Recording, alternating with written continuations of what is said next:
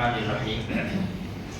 حدیث میں آتا ہے نبی کریم صلی اللہ علیہ وسلم نے بائیں ہاتھ سے کھانے سے منع فرمایا، ایک جوتا پہن کر چلنے سے منع فرمایا، اور اپنے آپ کو اس طرح ایک کپڑے میں بند کر لینا کہ سب کچھ اندر و ہاتھ وغیرہ سب، اس سے بھی منع فرمایا، اور گوٹ مار کر اس طرح کپڑا لپیٹ کر بیٹھنا کہ سطر نظر آئے، اس سے بھی ہمارے نبی نے منع فرمایا. اس حدیث میں 4 باتیں.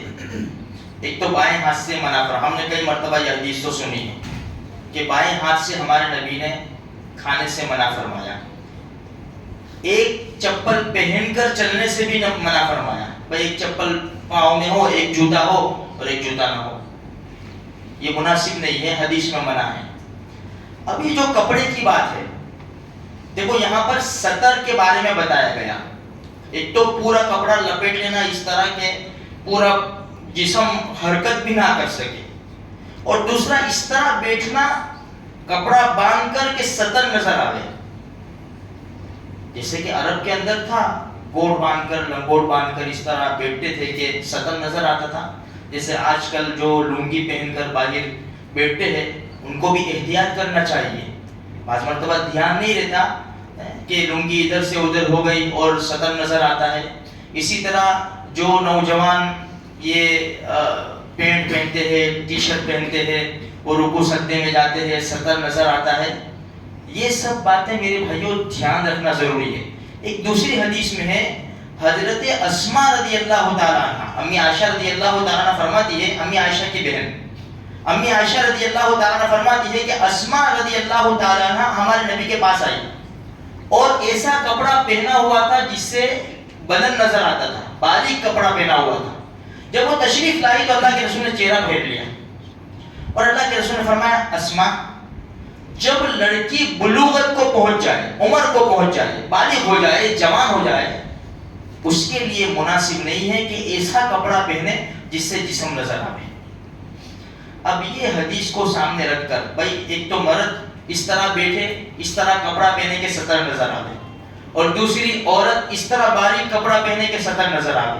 یہ 2 چیزیں ہمارے معاشرے میں چل رہی ہیں. دیکھو مرد کا سطر ناک سے لے کر گھٹنوں کے نیچے تک ہے. اب ہمارا جوان پینٹ پہنتا ہے تو یہاں سے پھٹی ہوئی ہوتی ہے، یہاں سے پھٹی ہوئی ہوتی ہے، یہ سطر نظر آتا ہے. بعض مرتبہ گھٹنوں سے پھٹی ہوئی ہوتی ہے، جب نماز پڑھتے ہیں تو رومال باندھ لیتے ہیں. تو یہ حدیث میں جب منع فرمایا گیا ہے کہ بھائی ایسے کپڑے نہ پہنو، پھٹے ہوئے کپڑے نہ پہنو. ایک زمانہ تھا کہ پھٹے ہوئے کپڑے پہننے سے انسان دور رہتا تھا، غریب بھی شرم کرتا تھا، اور آج انسان مارکیٹ میں پھٹے ہوئے کپڑے ڈھونڈتا ہے، تلاش کرتا ہے. تو آج ہم کس کے طریقے پر چل رہے ہیں؟ آج ہماری عورتوں کا لباس دیکھو کتنا باریک لباس ہوتا ہے کہ لباس کے اندر سے بدن نظر آتا ہے. اس لیے یہ سب باتیں حدیثوں میں منع ہے. یہ سب چیزیں کیسی ہے؟ یہ زنا تک پہنچانے والی چیزیں ہیں. زنا تک حدیث قرآن میں کیا ہے؟ وَلَا تَقْرَبُوا الزِّنَا، زنا کے قریب بھی مت جاؤ. یعنی زنا تک لے جانے والے جتنے راستے ہیں نا، اس کو ہی شریعت نے بند کر دیے. یہ ساری چیزیں کیا ہے؟ بھائی عورت اگر باہر نکلی باریک لباس پہن کر، جس طرح آج عام طور پر اتنا باریک لباس عورتیں پہنتی ہیں، اندر جسم نظر آتا ہے. اب کیا ہوگا میرے بھائیوں؟ مردوں کی نظر پڑے گی، لڑکوں کی نظر پڑے گی. یہ سب واہیات جو کلچر ہے نا ہمارے وہاں آتا جاتا ہے.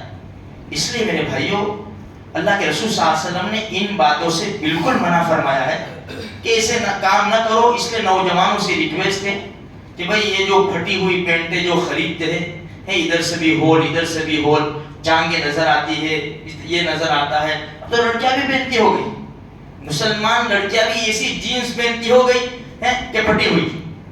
اب ایسی جگہ سے کپڑے پھٹے ہوئے ہوتے ہیں. بھائی ہماری لڑکی لباس پہنتی ہے، اب یہ آستین یہاں تک ہے، چلو یہاں تک ہے.